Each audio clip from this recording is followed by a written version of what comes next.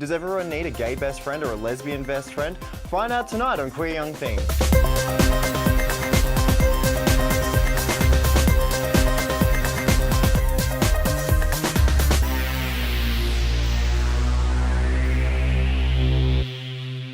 Does everyone need a GBF, that's a gay best friend, or an LBF, a lesbian best friend?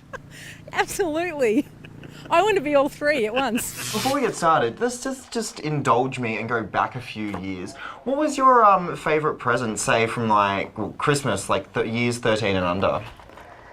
Mine was probably a Barbie doll that I got instead of the bike that I asked for. I was really excited because I was convinced that I was getting this bike, and I woke up to a tiny box at the end of my bed and got a Barbie doll, which I threw in the bin because I don't like Barbie dolls. Money well spent. What about yourself, Cass? Do you have any cool or exciting presents? From when I was about 3 until I was about 6, all I wanted for Christmas every year was a Lion King kite and a chainsaw, and I never got them until I was the last birthday, and I finally got my chainsaw and Lion King kite. I was so excited. So what exactly was it about the chainsaw? I'm just trying to put the two together. I think my friend might have had a toy chainsaw, and I thought it was the coolest thing ever, and I wanted it. What better compliment than with a kite? And Kayla, how about yourself? I can't think of a really good present that I got, but I do remember the year that my brother got a personalised motorbike with his name and his birthday on it and everything, and I got a hairdryer. I was so jealous. That's gotta hurt. For me, I always wanted a spider monkey, and I used to ask Santa for a spider monkey, and until the Christmas tree would go down, I was like, it's coming. It's coming. And then Mum just had to bust out with it. You're not getting one. It's not real. I was like, ow, that hurts me. Does everyone need a GBF, a gay best friend, or an LBF, a lesbian best friend? I think it's very helpful if you have one. Yeah, absolutely. I would recommend that those that don't try and get one. No, they don't, because it's just stereotyping people into saying that you are gay, you must be my best friend because I am straight. And vice versa. I think everybody needs a best friend, whether they're gay or lesbian, who gives a shit? You just need somebody you can sit down and talk with and be yourself with. I think everyone just needs to surround themselves with people that they love, and if they happen to be gay or lesbian, then that's cool too. Tonight we're talking about issues in school. Now, for myself, school was a bit of a time ago, and we've got some people who are still in the university section, but Lisa, you have some younger siblings. Yeah, I sure do. I have 3 younger brothers, and 2 identify as queer. 1 is only 10, so it's still time. But 1 has had a really hard time at school. And why exactly has he had a hard time in? And what year level is he in? He's in year 12 at the moment. At the moment, he has no friends, so he's by himself. He's had a hard time because it's a country area, so they have these very rigid values that they seem to stick to, and anything that falls outside of those values is targeted. It's because it's different. It's not normal. He has copped a lot. So. Yeah, look, I have to agree with that because I grew up and when I was in high school and primary school, I went to a rural school as well, and it was horrendous. Yeah, it was tricky. Awful. I ended up just ditching that school and going to another school in Queensland because it was so ugly, and every day was just a worse and worse day. It just didn't, the whole it gets better. It's when? Does everyone need a GBF, a gay best friend, or an LBF, a lesbian best friend? I don't think they need either, do they? You got to love yourself, and you got to have your friends around you that love what you do and who you are. I think it's important to have best friends who are diverse and who are open to diversity, and I think the categories, gay and lesbian, puts people in a box, and we shouldn't be putting people in boxes. So having diverse friends is great. I thought we all had them anyway. I always knew I was gay from about year 7, year 8. I really figured it out around then. But I wasn't really ready to come out then. And when I sort of thought maybe I am ready now, which was a few years later, a close gay friend of mine said to me, don't come out while you're in school, wait until you leave because it's going to be easier for you, and you're not going to have to deal with all the crap that people get in school. And I did take his advice, but I kind of regret it a little bit. Now, was that friend, were they also out? Yeah, he was out. And he was sharing from his own experiences? Yeah. Now, while you were in school, were you out as well, or were you still coming to identifying? I was still, for a very long time, I was still trying to pretend that I liked boys. So I identified as bi, I said I identified as bi for a little while. So I only came out to my friends in school, and some of them were a bit weird about it because one of them was extremely Christian and could not accept that there was something different. And another one was convinced that I liked her. Like every time we'd hang out, she'd be like, "So, that's the worst. Do you like me?" And I'd be like, "No." And the more you ask, the less likely it is that something's going to happen. I love that though. Just echoing on that sentence. Do you like me? Are you sure you don't like me? It's like, have I ever brought it up? No. So think about it. Maybe it's your personality. Yeah, exactly. Yeah. Exactly. Just going back to your younger brother who's in school. Yeah. What has he encountered with his own journey with his sexual identity? He had a lot of trouble during sex education. I so can understand that one. First of all, they asked anybody in the class was gay. Obviously, they're young children. They're not going to say they asked. So they just busted out with that. Yeah, just is anybody gay? Right. And then when nobody answered, they said, "Oh, great, we don't have to cover that." And my brother is openly gay, so everybody knows that he's gay. And all the boys after sex ed had finished followed him around and, threw some names that aren't very nice out there, bullied him until my mum went down to the school. And the principal told my mum, well, he chose to be gay. So, he has to deal with some discrimination. That is... Got to grow a thick skin. We've got more on this topic coming up right after this. Join in on the conversation on Twitter and social media. Use the hashtag QYT to share your stories.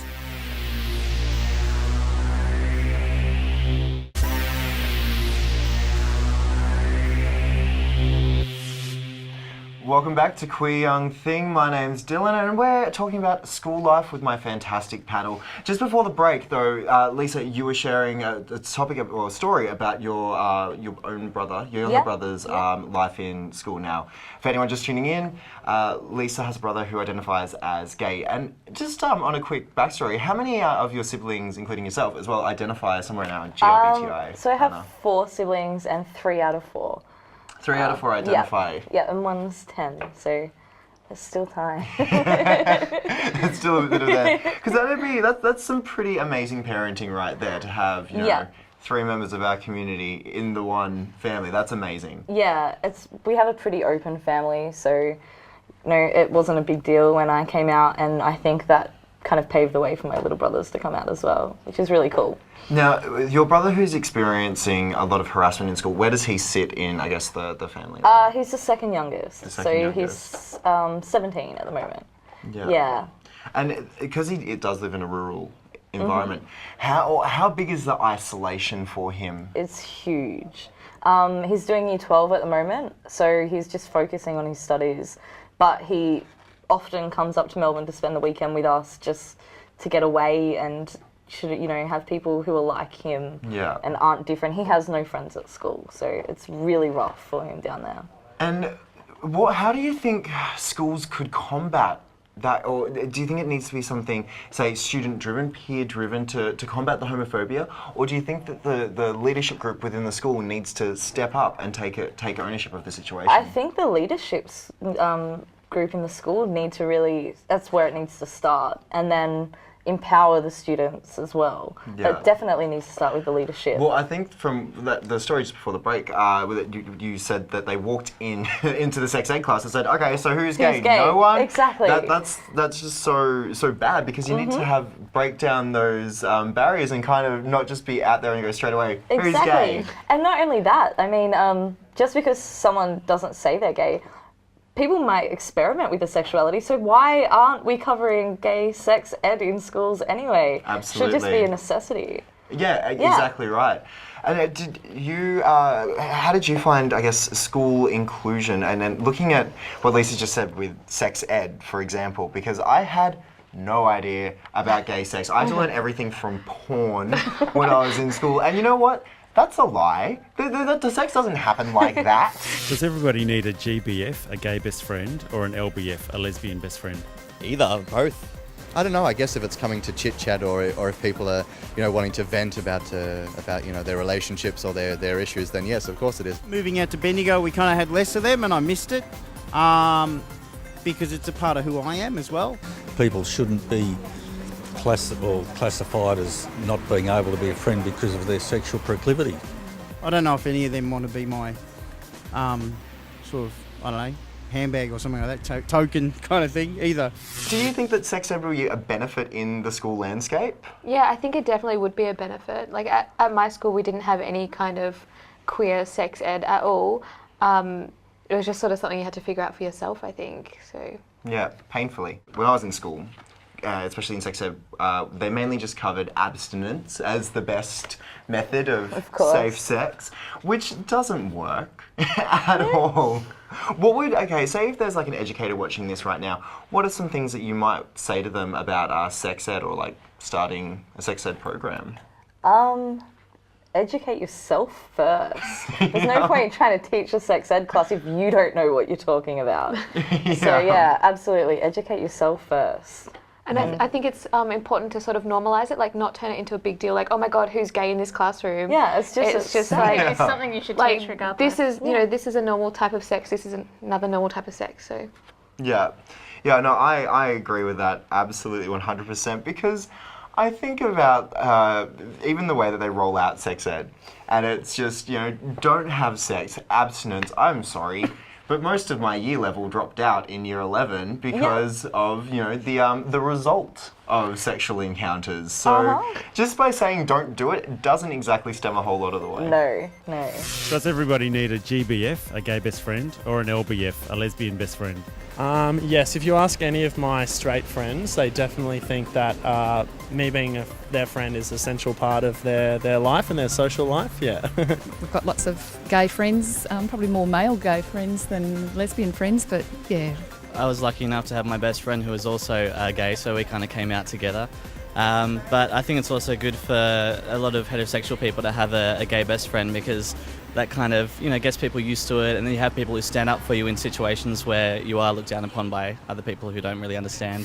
Just going back to, say, identifying, how did you cope in school knowing that, you are of the queer or the LGBTI rainbow family, but having to deny that part of yourself? How did you get through those years? It was really hard sometimes, but I had some close friends that I was able to sort of confide in and talk about things like that with, and they were all really supportive, but none of them identify as queer now or back then at all. So it was kind of like I could tell them, but they didn't really understand. Yeah. That was the worst part, I think. Yeah, because I know that when I was identifying and moving through the motions and digesting all that information, I was just the worst kid. If I came across past Dylan, I would be scared. And I'm scared to have kids because I'm believing in karma. And if I have a kid like me, one of us would end up dead. Just gonna put that one out there. Cass, we're nearly out of time for this little chat block, but do you have anything that you'd like to add? My worst thing, I guess, in school, the thing that kept me in most of the time was my mother had problems with it, and she was convinced that my best friend was going to turn me gay because she had a gay brother. So she was convinced that she was going to turn me gay, and I didn't want to prove her right.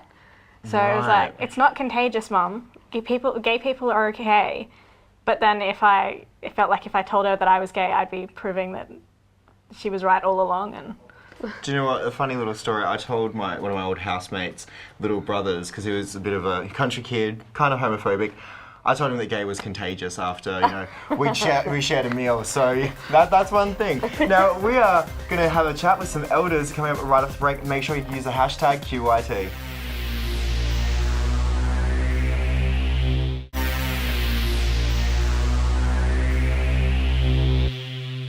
Welcome back to Queer Young Thing. Tonight we're talking about school, and it's a pleasure to welcome our elders into our panel tonight. We have Daniel Whithouse, who is the author of That's So Gay, as well as John Goodman, who is the deputy principal from Princess Hill High School. Princess Hill Secondary College, yes. Yes, excellent. Now, just before we get involved in this discussion, Daniel, you've written a book called Beyond That's So Gay, and you go into schools as well, and you help to curb homophobic attitudes and break down negative barriers for GLBTI youth.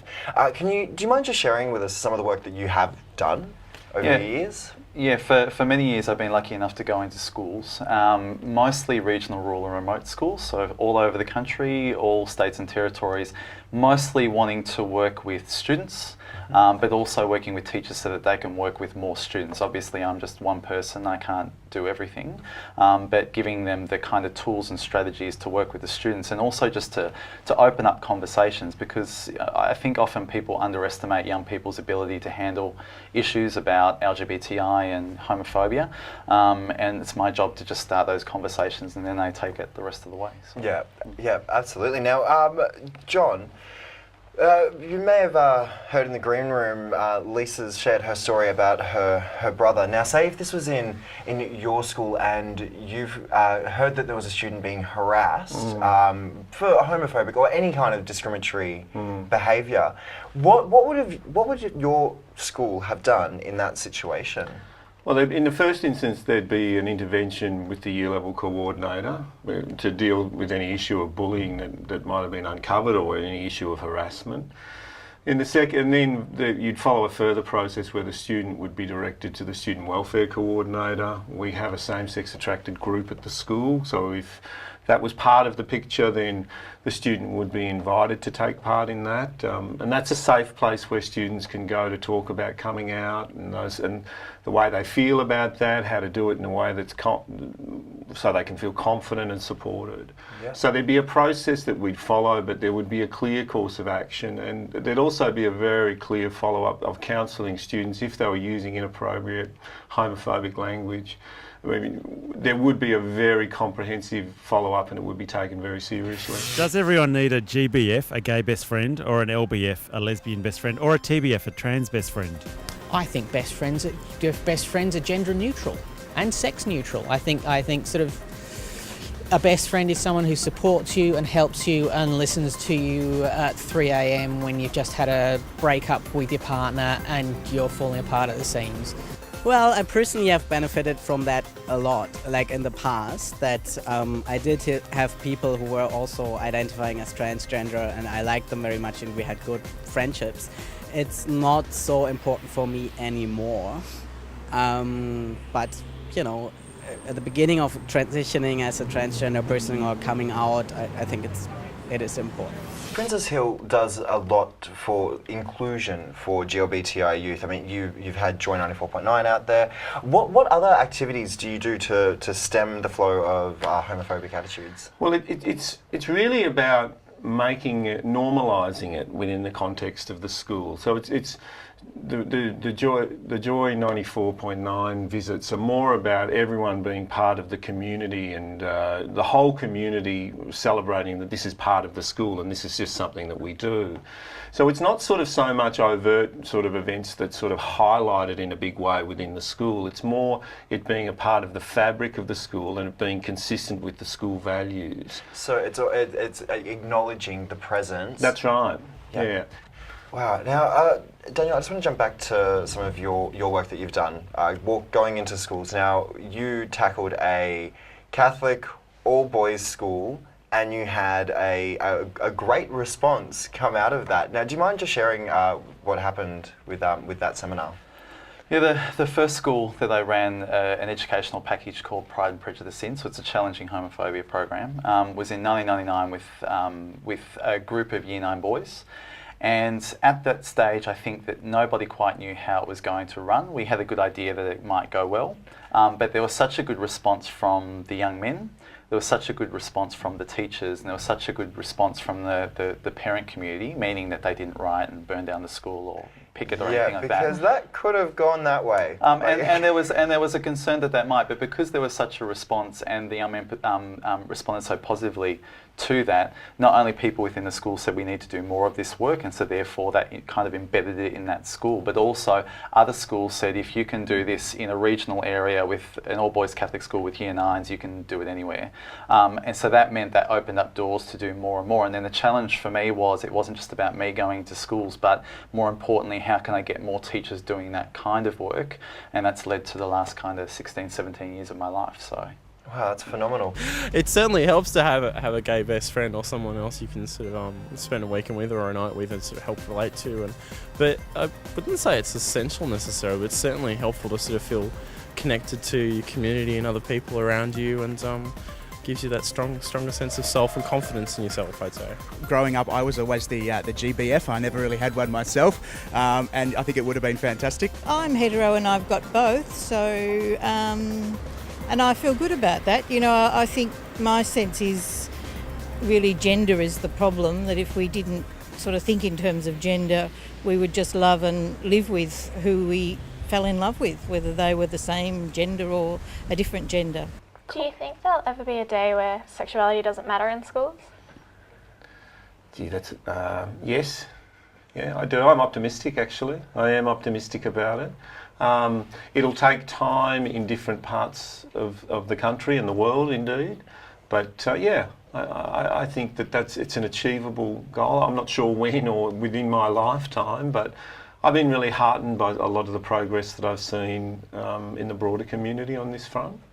I have a question, I guess, to an educator. How would you roll out same-sex sex ed in high school? How would you, I guess, get that implemented? It would vary from school to school, but it would necessitate that the staff being trained and being knowledgeable about it in the first place. So, I mean, it is part of our sex ed course because that's part of our commitment to same-sex attracted students, but for a school taking on board some of this, a program like this for the first time, it would require a lot of detailed training of the staff so that they knew what they were talking about, really. Yeah. That's very true. So I'd just like to go back to Daniel for a moment. Now, what is, I guess, some of the most positive achievements that you've had come out of working into, breaking down these barriers? I guess some of the best stories that I've got are where schools continue to do the work. So if I go in and I work with a school, that 3 or 4 years later they say we're still doing this work. So I can think of one school, it's in the outer metro, very deep kind of east of a particular capital city, and they talk about how they started off getting me in to do a professional development with staff. I went and spoke to one group of students. Now they have it on the curriculum of the year 7s every year. They have panels. They have in year 9s and 9 and 10 they do the Pride and Prejudice educational package, which is what I did in the all-boys Catholic school, and they also do stuff for year 12 camp as well. So there's lots of different things, as well as they include homophobic language like they would for racism and sexism. So rather than they do something special, they go, we're going to treat this the same way as we will racism and sexism, and we kind of call it the trilogy of social justice, and and that's the way that they approach it. So those kinds of schools where it continues, it's one thing for me to go in, but it's one thing for that to continue, because I can go into 100 schools, but if they stop as soon as I walk out the door, then what's that going to mean? That's very true. Now, that's been some food for thought on Queer Young Thing tonight. Make sure you sign up with the hashtag and share your stories because we love hearing from you. But we'll talk to you guys next week. See ya.